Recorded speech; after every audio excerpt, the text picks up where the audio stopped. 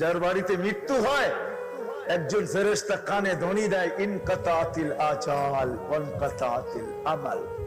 এই ব্যক্তির আশাও শেষ, বয়সও শেষ, তোমাদের কান্না বেকার, তোমাদের কান্না অনর্থক, এর বয়স শেষ, আশা শেষ।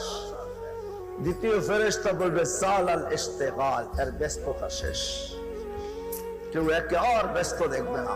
বাকিয়াল ওয়াবাল, সমস্ত বাকিয়ার সামনে একা একা সম্মুখীন হইতে হবে, ওইখানে কেউ যে দাঁড়াবে না, কেউ খবর নিবে না। তৃতীয় ফেরেশতা বলবে যাহাবাতিল আমওয়াল, যত অর্জন ছিল দুনিয়াতে সব হাতছাড়া, শুধু সস্তা একটা কাপড় গায়ে জড়ানো।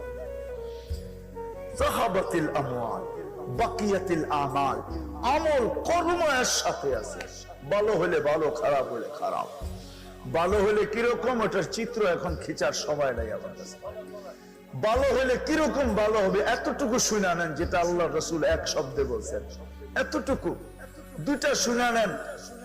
ভালো হলে তো এতটুকু ভালো হবে, আল্লাহ রাসূল কবর দেখা বলছে রাউযাতুম মিন রিয়াদিল জান্নাহ।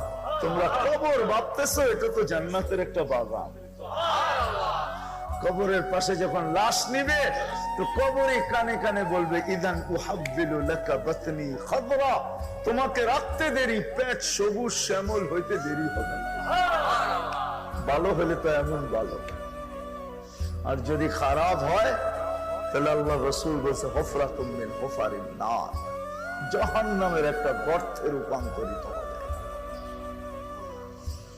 জাহান্নামের একটা গর্তে রূপান্তরিত হবে, কেউ খবর নেবে না।